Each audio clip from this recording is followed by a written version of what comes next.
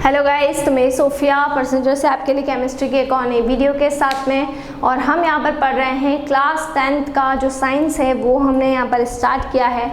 और class 10th के science की अगर हम यहाँ पर बात करें तो उसमें हमारा फर्स्ट चैप्टर चल रहा है केमिकल रिएक्शंस एंड इक्वेशन। इसके पहले मैंने आपको केमिकल रिएक्शन क्या होती है वो बताया था। उसके पहले वाली वीडियो में मैंने आपको केमिकल इक्वेशंस बताया था। तो chemical reactions and chemical equations ये दोनों कॉन्सेप्ट हैं और इन दोनों कॉन्सेप्ट को आपको पूरा कवर अप करना है। अगर हम टाइप्स ऑफ केमिकल इक्वेशन की बात करें तो हमारे दो टाइप होते हैं। एक होती है balance chemical equation, balance chemical equations, और दूसरी होती है unbalance chemical equation. So balance chemical equation and unbalance chemical equation. देखिए, जब नंबर ऑफ एटम्स दोनों तरफ से क्या हो जाते हैं, इक्वल हो जाते हैं, ठीक है। जितने रिएक्टेंट की तरफ होते हैं उतने ही क्या हो जाते हैं, प्रोडक्ट की तरफ हो जाते हैं। तो जब नंबर ऑफ एटम्स दोनों तरफ इक्वल हो जाते हैं सो इसको हम क्या बोलते हैं, इसको हम कहते हैं बैलेंस केमिकल इक्वेशंस, ठीक है। तो जो दोनों साइड पे रिएक्टेंट और प्रोडक्ट दोनों की साइड पे जो भी नंबर ऑफ एटम्स रहेंगे वो क्या हो जाएंगे, वो इक्वल हो जाएंगे। सो उसको क्या बोला जाएगा, उसको बोला जाएगा बैलेंस केमिकल इक्वेशन। जैसे कि मैंने आपको लास्ट वाली वीडियो में बताया था रिएक्टेंट क्या होता है और प्रोडक्ट क्या होता है, ठीक है। सबसे पहले मैं डेफिनेशन बता देती हूँ। A balanced chemical equation, a balanced chemical equation, a balanced chemical equation has the number of atoms, has the number of atoms of each element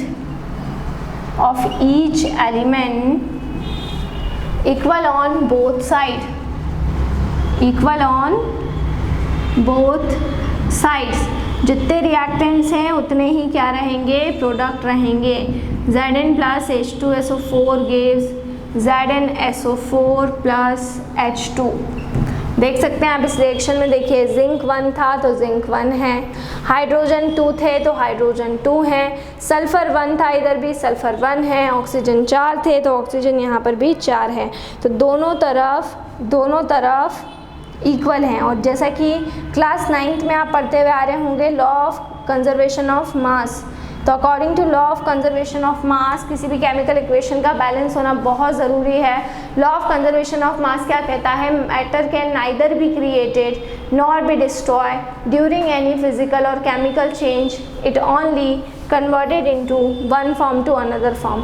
matter को ना ही क्रिएट किया जा सकता है, मैटर को ना ही डिस्ट्रॉय किया जा सकता है, उसको एक फॉर्म से किसी दूसरे फॉर्म में कन्वर्ट किया जा सकता है। तो यहाँ पर क्या हो रहा है कि जो भी हमारे रिएक्टेंट हैं जितने नंबर में, according to law of mass action क्या होता है, मास को ना ही क्रिएट कर सकते हैं और ना ही डिस्ट्रॉय कर सकते हैं, उसको एक फॉर्म से दूसरे फॉर्म में कन्वर्ट कर सकते हैं। सो यहाँ पर मास ना ही क्रिएट हो रहा है ना ही डिस्ट्रॉय हो रहा है। जितना मास इस तरफ है रिएक्टेंट की साइड पे उतना ही मास किस तरफ होगा, प्रोडक्ट की साइड पर भी होगा।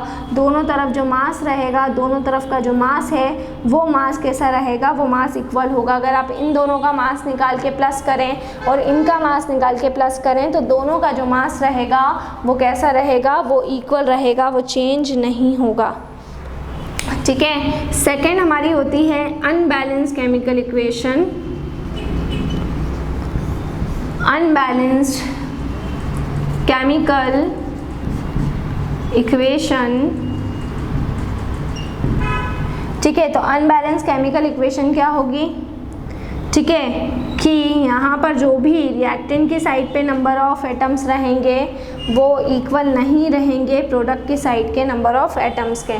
दोनों तरफ रिएक्टेंट और प्रोडक्ट जब इक्वल नहीं होंगे तो उसको अनबैलेंस बोला जाएगा, ठीक है। जैसे for example Fe plus H2O, सो इससे इस तरफ क्या मिल रहा है हमारा Fe3O4 प्लस H2, ठीक है, clear. Number of atoms, number of atoms of each element in reactants, of each element in reactants,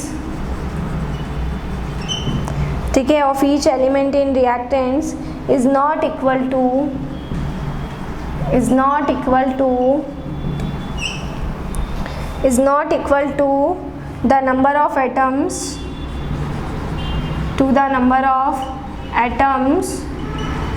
of the product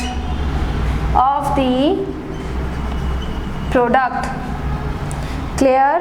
तो केमिकल इक्वेशन को क्या बोलेंगे, अनबैलेंस बोलेंगे। Fe+H2O, सो ये क्या बन जाएगी Fe3O4 + H2। तो यहाँ पे आप देख सकते हैं कि यहाँ पर आयरन कितने थे, 1 था, तो यहाँ पे आयरन कितने हैं, 3 हैं। यहाँ पर हाइड्रोजन 2 है, यहाँ पर 2 है, हाइड्रोजन बैलेंस है, बट ऑक्सीजन यहाँ 1 है, और यहाँ पर कितने हैं, यहाँ पर 4 ही हैं। तो राइट हैंड साइड और लेफ्ट हैंड साइड दोनों की तरफ पे जब एटम्स इक्वल नहीं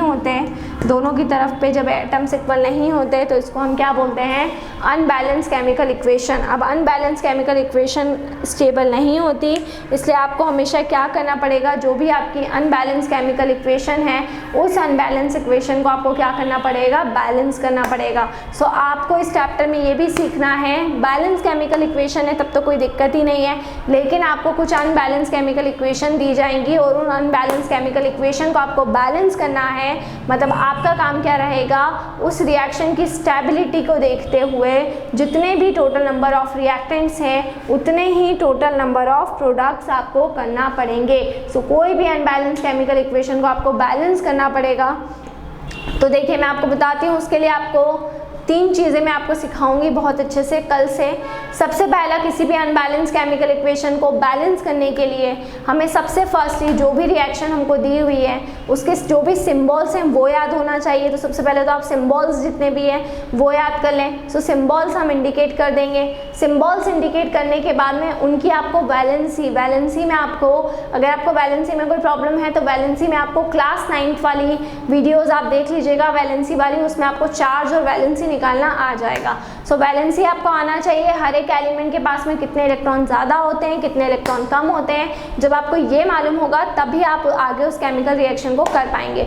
और थर्ड, फिर आप जब उसको वैलेंसी से स्टेबल करेंगे उसके बाद में थर्डली आप बैलेंस कर सकते हैं फाइनली। तो जितने आपके रिएक्टेंट है उतने ही आपको क्या करना है, प्रोडक्ट करना है, तब आपकी कोई केमिकल रिएक्शन अनबैलेंस से किस में कन्वर्ट होगी, बैलेंस में कन्वर्ट होगी। तो इस चैप्टर में mainly types of chemical reaction and balance को अनबैलेंस को बैलेंस में करना, ये 2 टॉपिक हैं जो बहुत ही ज़्यादा इंपॉर्टेंट है और आपको बहुत ही अच्छे से पढ़ना है, ठीक है। सो यहाँ पर हम वही कुछ टॉपिक्स नेक्स्ट वाली वीडियो उसके अंदर हम स्टडी करने वाले हैं। तो बच्चों यहाँ पर केमिकल रिएक्शन एंड इक्वेशन की ये मैंने आपको 3rd वीडियो बनाई है। सबसे पहले मैंने आपको केमिकल रिएक्शंस बताई, फिर मैंने आपको केमिकल इक्वेशंस क्या होती हैं वो बताई। अच्छा, केमिकल रिएक्शन के साथ में हमने उसके कैरेक्टरिस्टिक्स भी पढ़े हैं, फिर हमने केमिकल इक्वेशन को स्टडी किया एंड देन हमने फाइनली आज स्टडी किया है यहाँ पर बैलेंस एंड अनबैलेंस। अब इसी के बेसिस पे आपको कल मैं आपको बैलेंसिंग सिखाने वाली हूँ। सो सभी बच्चे जुड़े रहिए हमारे साथ में। अगर किसी को ऑनलाइन क्लासेस की ज़रूरत है तो ऑनलाइन क्लासेस के लिए आप डिस्क्रिप्शन में जाकर मेरा सारी डिटेल्स ले लें और मुझसे कॉन्टेक्ट करें। घर पर रहें, सुरक्षित रहें, बाहर ना निकलें, बहुत ज़रूरी हो तो ही बाहर निकलें। Stay home, stay safe. और एक बात, क्लास 9 का पूरा जो केमिस्ट्री है वो मैं आपको ऑलरेडी कंप्लीट करा चुकी हूँ। सो जिन बच्चों को भी क्लास 9 की जो केमिस्ट्री है वो अगर पढ़ना है तो क्लास 9 की जो केमिस्ट्री है उसको पढ़ने के लिए आप प्रीवियस वीडियो सेक्शन में जाकर वहाँ से आप क्लास 9 का जो भी पर्टिकुलर केमिस्ट्री है वो वहाँ से पढ़ सकते हैं, ठीक है। तो क्लास 9 आपको वहाँ से कवर अप करना है। क्लास 10 मैं आपको ऑलरेडी करवा ही रही हूँ। 11th 12th ऑलरेडी आपको प्लेलिस्ट में मौजूद है। So stay home, stay safe. Thank you so much.